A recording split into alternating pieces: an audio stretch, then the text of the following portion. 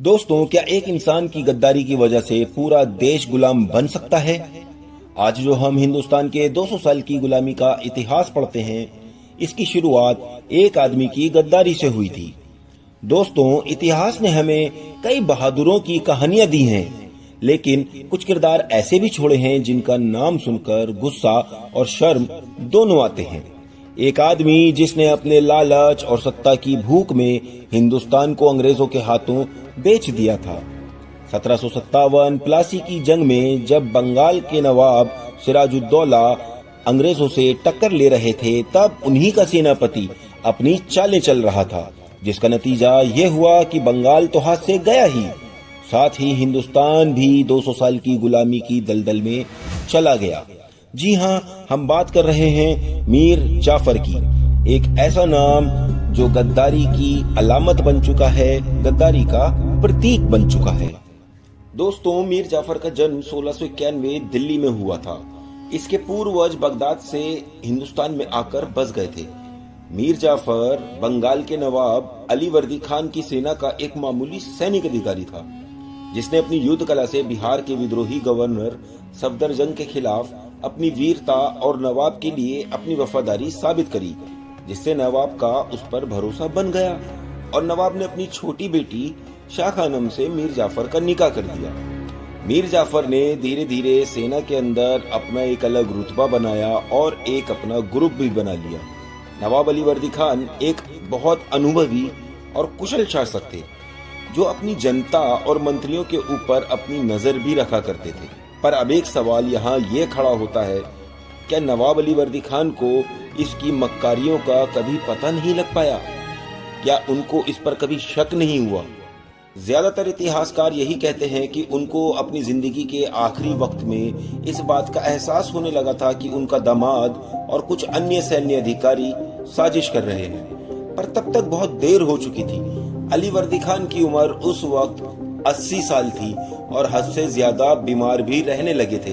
उन्होंने अपने जानशीन मतलब उत्तराधिकारी को मरते वक्त चेतावनी दी थी कि सेना के बड़े अधिकारी भरोसे के लायक नहीं हैं, वो तुम्हारे साथ गद्दारी कर सकते हैं। ये सिराजुद्दौला की बदकिस्मती या बेवकूफ़ी थी कि वो अली वर्दी खान की चेतावनी को समझ नहीं पाया, या यूं कहें कि उस पर अमल नहीं कर पाया।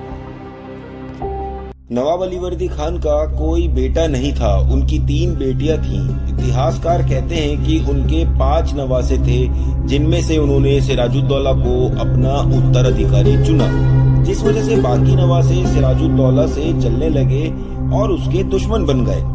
अप्रैल 1756 में अली वर्दी खान की डेथ के बाद जिस वक्त सिराजुद्दौला बंगाल के नए नवाब बने, उनकी उम्र 23 साल थी और वो अंग्रेजों के हिंदुस्तान में बढ़ते हुए प्रभाव के खिलाफ थे। उस वक्त ऐसा नहीं था कि सिर्फ ब्रिटिश ईस्ट इंडिया कंपनी ही भारत में व्यापार कर रही थी। यहाँ और भी कंपनीज व्यापार कर रही थीं, पर 2 मेन और स्ट्रॉन्ग कंपनीज थीं, ब्रिटिश ईस्ट इंडिया कंपनी और फ्रांस ईस्ट इंडिया कंपनी। और ये हिंदुस्तान में अपना सिक्का जमाने के लिए आपस में एक दूसरे के साथ जंग करती रहती थीं। इन्होंने अपनी फैक्ट्रीज की किलाबंदी करनी शुरू कर दी थी। यहाँ सिराज ने एक आदेश जारी किया कि कोई भी व्यापारी कंपनी किलाबंदी नहीं करेगी, जिसे ब्रिटिश ईस्ट इंडिया कंपनी ने मानने से साफ इनकार कर दिया और कलकत्ता में एक किला बनाया जिसका नाम था फोर्ट विलियम। अब नवाब सिराजुद्दौला का हुक्म न मानने के बदले में नवाब ने कलकत्ता पे हमला कर दिया और अंग्रेजों से उनका किला फोर्ट विलियम छीन लिया। आगे चलकर यही किला प्लासी की जंग के रीजंस में एक मेन रीजन बना। दोस्तों, अगर मैं आपसे कहूं कि अपने से दोगुनी ताकत वाले इंसान से फाइट कर लीजिए, तो क्या आप उससे फाइट करेंगे? और अगर आप फाइट कर भी लेंगे, तो क्या आप उससे जीत भी पाएंगे? प्रैक्टिकली आप नहीं जीत पाएंगे। कुछ ऐसी ही सिचुएशन अंग्रेजों के सामने भी थी। उन्हें पता था कि नवाब सिराजुद्दौला के पास उनसे 10 गुना ज्यादा फौज है, जिस वजह से अंग्रेजों का जीतना लगभग नामुमकिन है, क्योंकि अंग्रेजों के पास 3000 की फौज थी और बंगाल के नवाब सिराजुद्दौला के पास 50,000 की फौज थी। इतना बड़ा डिफरेंस होने के बाद भी आखिर अंग्रेज जीत कैसे गए? इसका जवाब है, अंग्रेज सेनापति रॉबर्ट क्लाइव ने गुपचुप तरीके से सिराजुद्दौला के सबसे बड़े सेनापति मीर जाफर से एक कॉन्ट्रैक्ट किया एक डील करी कि अगर वो अंग्रेजों का साथ देगा तो सिराजुद्दौला के हारने के बाद मीर जाफर को बंगाल का नवाब बनाया जाएगा, और यही मीर जाफर की सालों साल पुरानी महत्वाकांक्षा भी थी। पर इसके बदले में अंग्रेजों को कलकत्ता के आसपास की सारी जमीन और बिना टैक्स के बिजनेस करने की आजादी मिलेगी। मीर जाफर के साथ साथ इस षड्यंत्र में और भी लोग शामिल थे। पहला, जगत सेठ, जो बंगाल के सबसे अमीर बैंकर यानी ब्याज पे पैसा देने वाला व्यक्ति था। दूसरा, दुर्लभ राय, नवाब का फाइनेंस मिनिस्टर। और तीसरा, ओमी चंद, जो एक बड़ा बिजनेसमैन था, बल्कि रॉबर्ट क्लाइव और मीर जाफर की मीटिंग्स को अरेंज कराने वाला एजेंट भी था। इन सभी ने अंग्रेजों का साथ देने का इरादा कर लिया था। और फिर इतिहास की तारीख में वो तारीख भी आती है जिस दिन प्लासी की जंग हुई, और वो दिन था 23 जून 1757। भागीरथी नदी के किनारे प्लासी के मैदान में बंगाल का नवाब अपनी 50,000 सेना, 40 तोपें और अपने 2 सेनापति मीर मदान और मीर जाफर के साथ मैदान में खड़े थे। नवाब सिराजुद्दौला सबसे ज्यादा भरोसा अपने छोटे सेनापति मीर मदान पर किया करते थे, जो कि 15,000 फौजियों के सेनापति थे। और सामने था रॉबर्ट क्लाइव, जिसके पास 3,000 की फौज और 10 हल्की या कहें कि छोटी तोपें थीं। सुबह 8 बजे जंग शुरू होती है और नवाब की फौज अंग्रेजों पे हमला कर देती है। मीर मदान इस फौज को लीड कर रहे होते हैं। अंग्रेजी खेमे में हड़कंप मच जाता है। ऐसा लग रहा होता है कि अंग्रेज बस अब भागने ही वाले हैं, पर तभी बहुत तेज बारिश शुरू हो जाती है और नवाब की तोपें और उनका बारूद भीग जाता है, गीला हो जाता है। जबकि दूसरी तरफ रॉबर्ट क्लाइव ने अपनी तोपें और उनके गोलों को चमड़े और तिरपाल से ढक दिया था, जिससे वो भीगने से बच गया और इस्तेमाल करने के लायक भी रहा।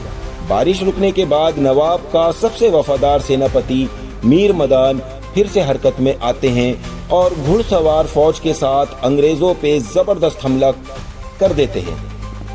दोस्तों, मीर मदान का यह हमला इतना खतरनाक था, इतना सटीक था कि अंग्रेजी सेना में खलबली मच गई। पर इसी दौरान मीर मदान अंग्रेजी तोप के गोले से इतना जख्मी हुए कि मैदान जंग में ही वो मारे गए, जिनके मरने की खबर सेना में आग की तरह फैल गई और नवाब की सेना में भगदड़ मच गई।